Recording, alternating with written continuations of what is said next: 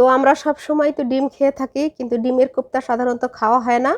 তো আজকে আমি যেই রেসিপিটি তৈরি করব সেটা হচ্ছে ডিমের কোপ্তা। তো ডিমের কোপ্তাটা এমনই একটা আনকমন খাদ্য, তো এই জন্য আপনারা সবাই আমি যেভাবে রান্না করি সেভাবে ট্রাই করার চেষ্টা করবেন। তো এবার আমি চলে যাচ্ছি রান্নায়। হ্যালো, আসসালামু আলাইকুম বন্ধুরা, আপনাদের ফুটন কিচেনের পক্ষ থেকে আপনাদের সুস্বাগতম।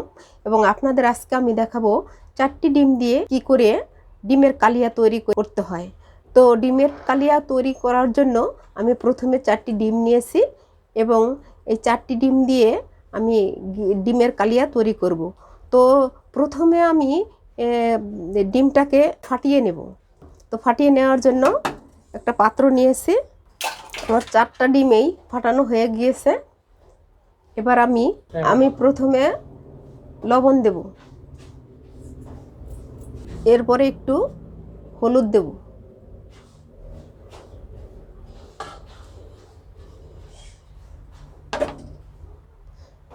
আমি কিছু পেঁয়াজ কুচি করে রেখেছিলাম, তো পেঁয়াজ দিচ্ছি। এরপরে কিছু কাঁচা ঝাল কুচি করে রেখেছিলাম, সে কাঁচা ঝাল দিচ্ছি। তো এখন আমি এই কাঁটা চামচ দিয়ে ফেটিয়ে নেব ডিমটাকে।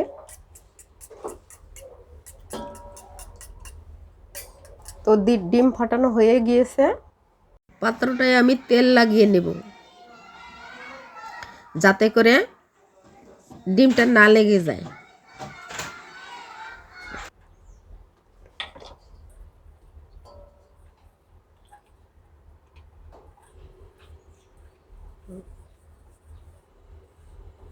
এখন আমি এই ডিমটাকে আধা ঘন্টার জন্য রেখে দেব এই চুলাইতে।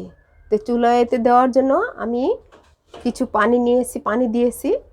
তো এই পানিতে আমি এমন পর্যায়ে দেব যাতে এই বাটিটা ডুবে না যায়, সেগুলো খেয়াল রাখতে হবে। তো আমি পাত্রটা ঢেকে দিচ্ছি। আধা ঘন্টার জন্য আমি সিদ্ধ করতে দেব সেই ডিমটাকে। তো 20 মিনিট আমার হয়ে গিয়েছে। এবার ঢাকনাটা আমি উঠাই নেব। আমার ডিমটা এ পর্যায়ে সিদ্ধ হয়ে গিয়েছে। তো দেখুন সিদ্ধ হয়েছে। এখন আমি নামিয়ে নেব। আমার ডিমটা হয়ে গেছে। এখন আমি টুকরো টুকরো করে কেটে নেব এটাকে। তো আপনারা যে যেভাবে টুকরো করতে পারেন, সমস্যা নেই। যার যেরকম ভালো লাগে ঠিক সেভাবেই আপনারা এটাকে কেটে নেবেন। তো আমি এরকম করে কেটে নিচ্ছি। আমার 4টা ডিমে কয় টুকরা হয়েছে? 1 2 3 4 5 6 7 8 9 10। 10 টুকরা আমার হয়েছে। এই 10 টুকরা ডিম আপনারা দেখবেন ফুলে একদম অনেক বড় হবে রান্না করলে। তো আমি এখন রান্নায় চলে যাচ্ছি। তো রান্না করার জন্য আমি প্রথমে গ্যাসটা দিয়ে দিচ্ছি। আবার আমি প্রথমে তেল দিচ্ছি।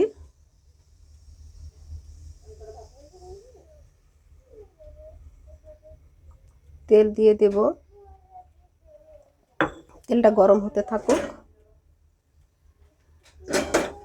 তেলটা গরম হতে হতে আমার টুকরো করা ডিম ছিল, সেই ডিম একটু হালকা হলুদ দিয়ে মাখিয়ে নেব।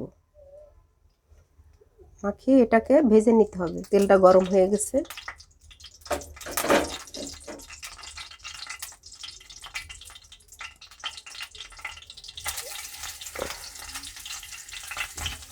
তো এবার আমি উল্টে পাল্টে দিচ্ছি।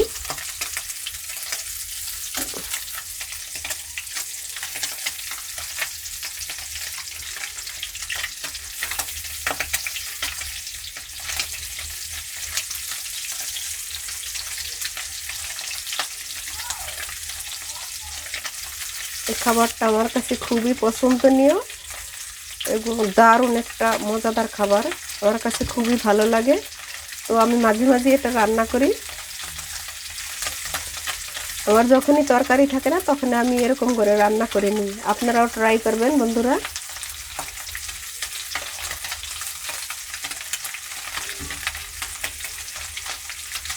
দেখুন আমার কত সুন্দর ভাজা হয়ে যাচ্ছে।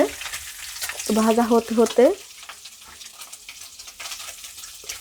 আমার এই ডিমের কোপ্তা রান্না করার জন্য যে যে উপকরণের প্রয়োজন আমি দেখাচ্ছি। প্রথমে হচ্ছে আমি একটা ডানো দুধ নিয়েছি 10 টাকা দামের। এরপরে কুচো করে রাখবেন পেঁয়াজ। ঝাল যে যতটুকু পছন্দ করে, সবাই তো ঝাল পছন্দ করে না, তো আমি কাঁচা ঝাল দিয়ে রান্না করতে খুবই স্বাচ্ছন্দ্য বোধ করি। কাঁচা ঝাল আমার খুব প্রিয়, কারণ যাদের গ্যাসের প্রবলেম আছে তাদের কিন্তু শুকনো ঝালটা তাদের জন্য বিশেষ করে ক্ষতিকারক। এই জন্য আমার কাছে কাঁচা ঝালটা খুবই ভালো, এবং কাঁচা ঝালে আছে ভিটামিন সি। তো তারপরে আমি নিচ্ছি জিরার গুঁড়ো, ধনিয়ার গুঁড়ো, হলুদের গুঁড়ো, লবণ, আদা বাটা, রসুন বাটা এবং কিছু টমেটো কেটে রেখেছিলাম, সে টমেটো। তো এইগুলো দিয়ে আমি রান্না করব। তো কথা বলতে বলতে আমার ভাজাটা প্রায় শেষ। এখন আমি উঠিয়ে নিচ্ছি, ডিমগুলো উঠিয়ে নিচ্ছি।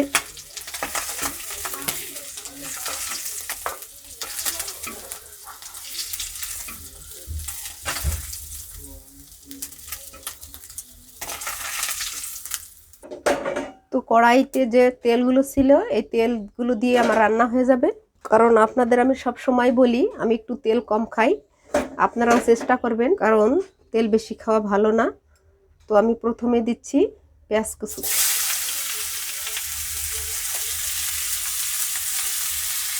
এরপরে আমি সব উপকরণগুলো দিয়ে দেব।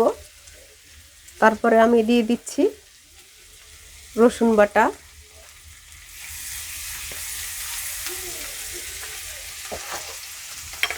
তারপরে দিচ্ছি আদা বাটা।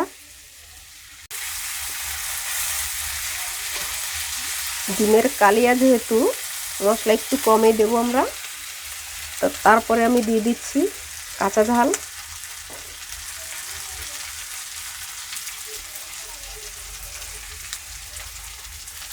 এরপরে আমি দিয়ে দিচ্ছি দুই চামচ হলুদ, ছোট চামচের 2 চামচ হলুদ, 2 চামচ জিরার গুঁড়া,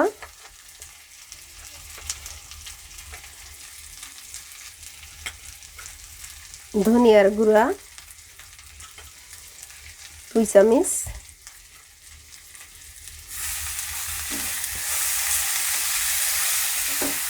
এরপর আমি একটু নেড়ে চেড়ে নেব। এরপরে আমি দিচ্ছি 2 টুকরো এলাচ এবং দারুচিনি, ঘ্রাণ আসার জন্য।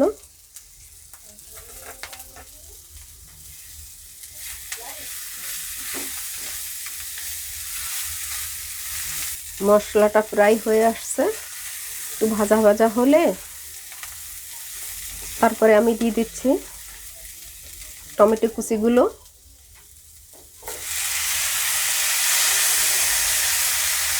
আধা পাকা টমেটো ছিল আমার, তো 5টা আধা পাকা টমেটো কেটে নিয়েছি টুকরো টুকরো করে। আপনারা এভাবে টুকরো টুকরো করে কেটে নেবেন যাতে টমেটোটা গলে যায়। তারপরে আমি দিচ্ছি পরিমাণ মতো লবণ,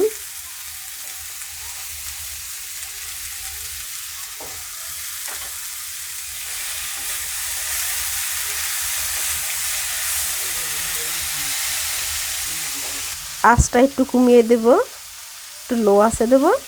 লো আঁচে দিয়ে ঢেকে দিচ্ছি। এতে আমার পানির কোনো প্রয়োজন নেই, কারণ টমেটোতে যেই পানিটা রয়েছে এতেই আমার সিদ্ধ হয়ে যাবে। তো সিদ্ধ করার জন্য আমি ঢেকে দিচ্ছি। টমেটোটা আমার প্রায় সিদ্ধ হয়ে গিয়েছে, আমি এবার ঢাকনাটা উঠিয়ে নেব। তো দেখুন অনেক সুন্দর একটা কালার আসছে এবং ঘ্রাণটাও সুন্দর আসতেছে। একদম টমেটো আমার গলে গিয়েছে।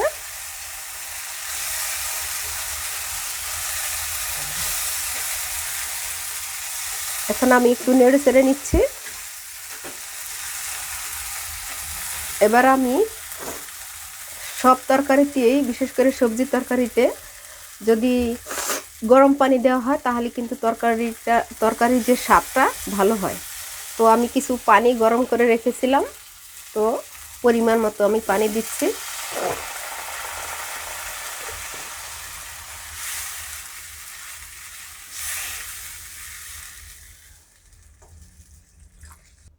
এবার আমি আর একটু বলক আসার জন্য আবার ঢেকে দিচ্ছি।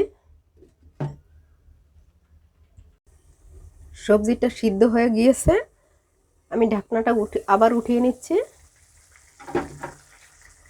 এবার আমি সেই ডানো দুধ ছিল এটাকে আমি দিয়ে দেব, পুরোটাই দিয়ে দিব। এতে করে একটা ঘ্রাণ আসবে এবং খেতেও একটু মিষ্টি মিষ্টি লাগবে।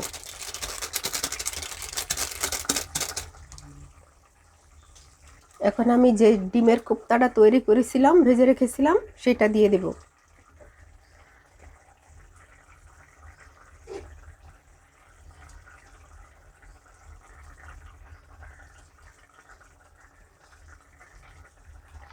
ডিমটা দিয়ে বেশি নাড়াচাড়া যাবে না, তাহলে আবার ভেঙে যেতে পারে।